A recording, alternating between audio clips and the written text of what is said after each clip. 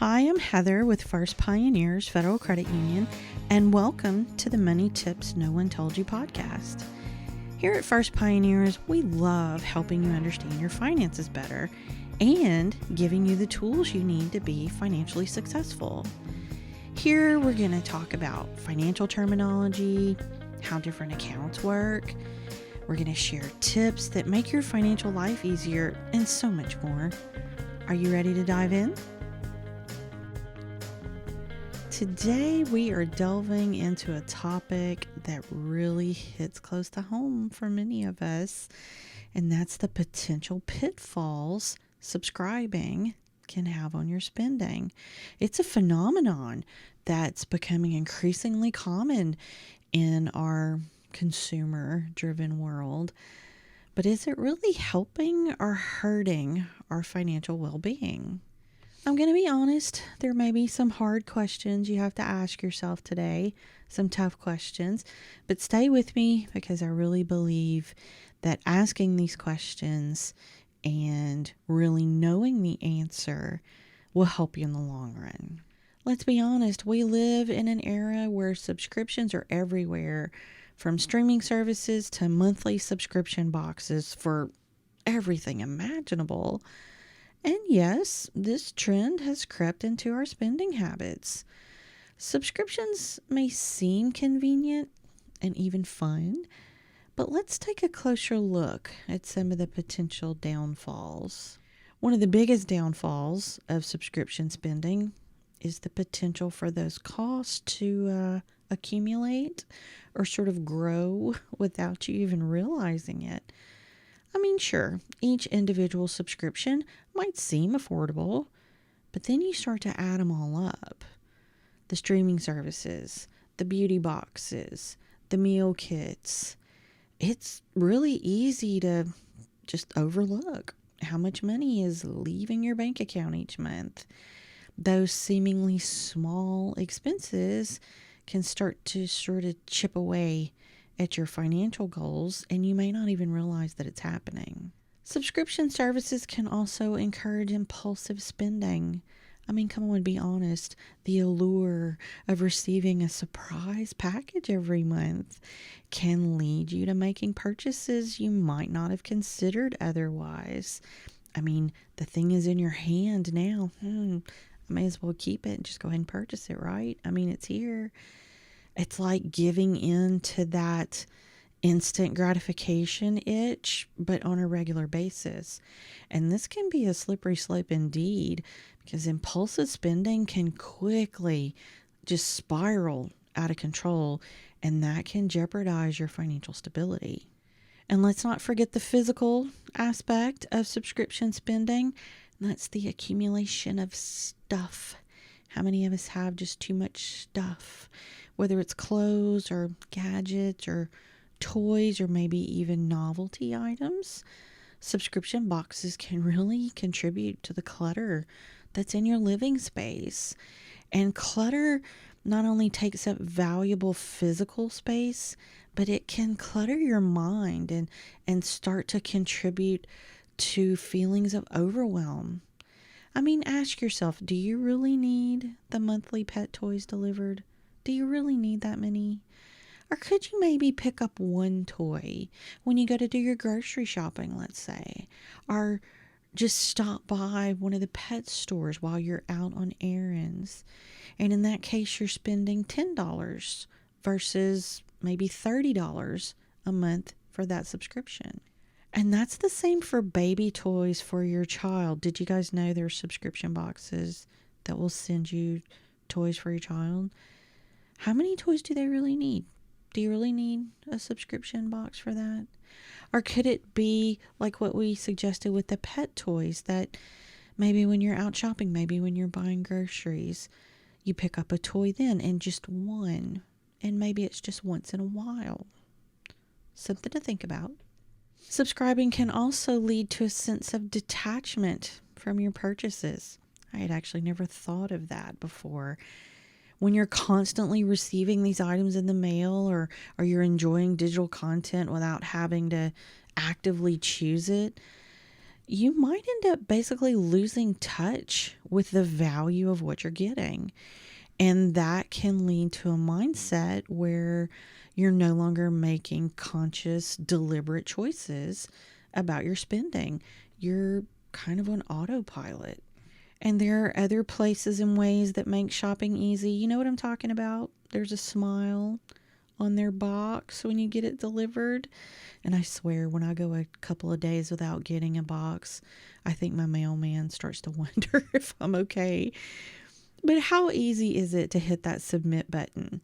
You can even get monthly deliveries there on sundries and such. Your laundry detergent and those kinds of things. You can push a button and get more. You can subscribe and have your vitamins delivered monthly. And it's really the same thing here with that detachment. You're not even truly realizing how much you're spending and how often you're ordering. For those of you that are attempting to stick to a budget, and I know you are, right? Because we've talked about a budget so much. You have a budget, right? But subscription spending can really pose a big challenge to that. When you're trying to keep track of multiple subscription payments and their due dates, that can all get overwhelming. And overwhelm can lead to budget fatigue, where you end up just kind of throwing your hands up. You're frustrated and you say, you know what, I give up. I'm done. And what does that do? Well, that leaves your financial goals in the dust.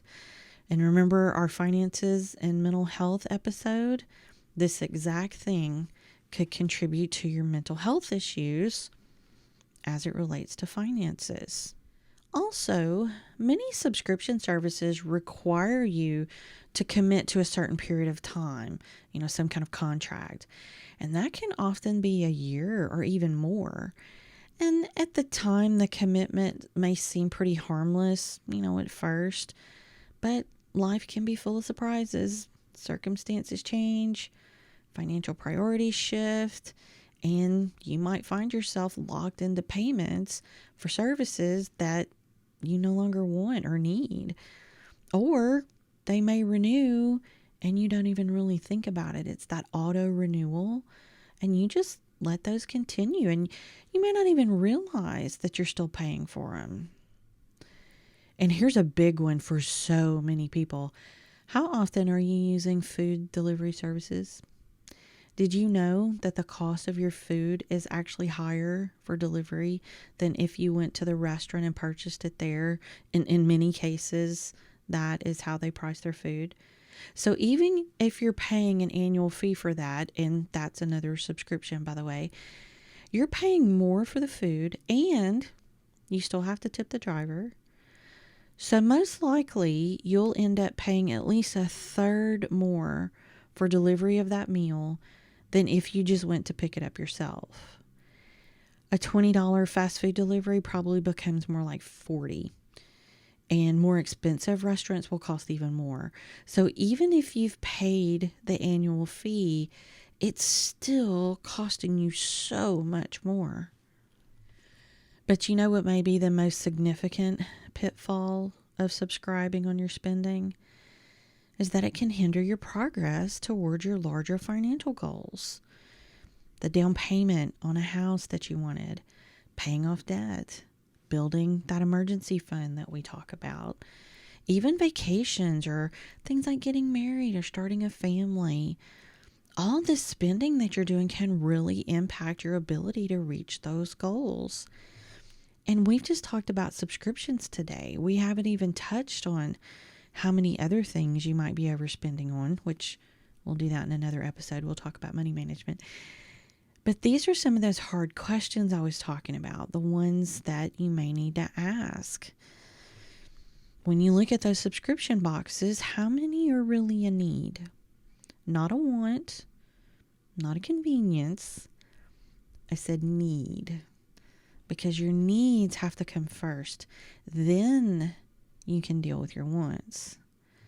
So is it time to take a hard look at your subscription spending? Is it time to decide if it's worth what you're sacrificing in the pursuit of convenience and novelty, or maybe even status at times? It's easier. It makes your life easier. I get that. But sometimes you really have to ask yourself that question. Is it worth it? Like I said, especially if that spending is keeping you from reaching your goals. So we recommend that you take a moment and kind of evaluate the services that you're subscribed to. Look at, do they align with your values, with your goals, with your financial priorities? The goal here is to strive for a mindful approach to your spending. We want to ensure that your hard-earned money is being used in ways that truly enrich your life. And look, we get it. The economy's hard. It's been difficult on all of us, and it's hard. It's hard to give up the things you enjoy, and you're tired, and that convenience is really appealing when you're tired, right? But subscriptions are truly one of the biggest ways people are seeing money just sort of seep out of their accounts without even realizing that it's happening. So it's definitely something worth visiting, which actually brings me to my bonus tip for the day. Periodically check your subscriptions. There may be ones you forgot about that you no longer use. You may have signed up for a trial membership and then forgot to cancel it. If there's a streaming service you aren't using, turn it off. You can always turn it back on later if you want it again.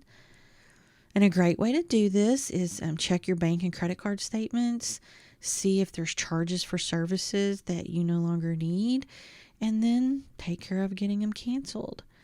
And if you aren't sure what you want to do, or you're really not sure how much you're spending, it may seem like a normal amount or seem like it's okay, make sure all of those are in your budget that I know you've set up, right? We said that before. I know you've set up your budget and you're using your budget every day, but be honest about it. Write them all down, and that will give you a really good visual to really see how much you're spending.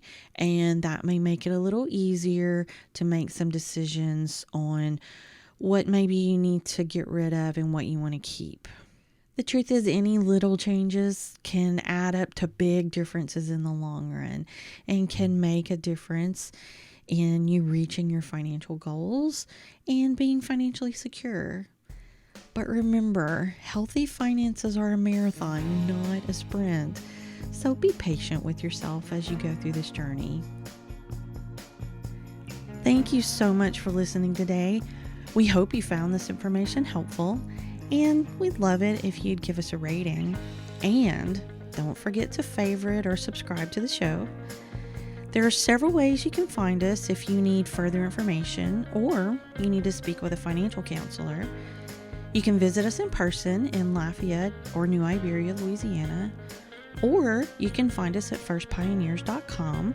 There you can find out how to become a member of our family and find out other financial information.